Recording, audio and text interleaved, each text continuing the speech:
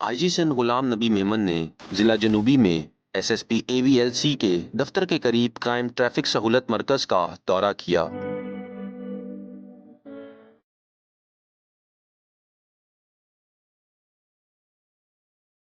जहां इनका इस्तकबाल एडिशनल आईजीपी कराची और डीआईजीपी ट्रैफिक कराची ने किया। डीआईजीपी ट्रैफिक ने आईजी सिंध को फेसलेस ई टिकटिंग चालान सिस्टम और शहरी सहूलतों से मुतल्लिक तफसीली ब्रीफिंग दी। शहर के मुख्तलिफ इलाकों में शहरियों की शिकायत के अजाले के लिए 11 ट्रैफिक सहूलत मराकज कायम किए गए हैं, जिनमें एसपी, डीएसपी ट्रैफिक और सीपीएलसी के नुमाइंदे मौजूद हैं।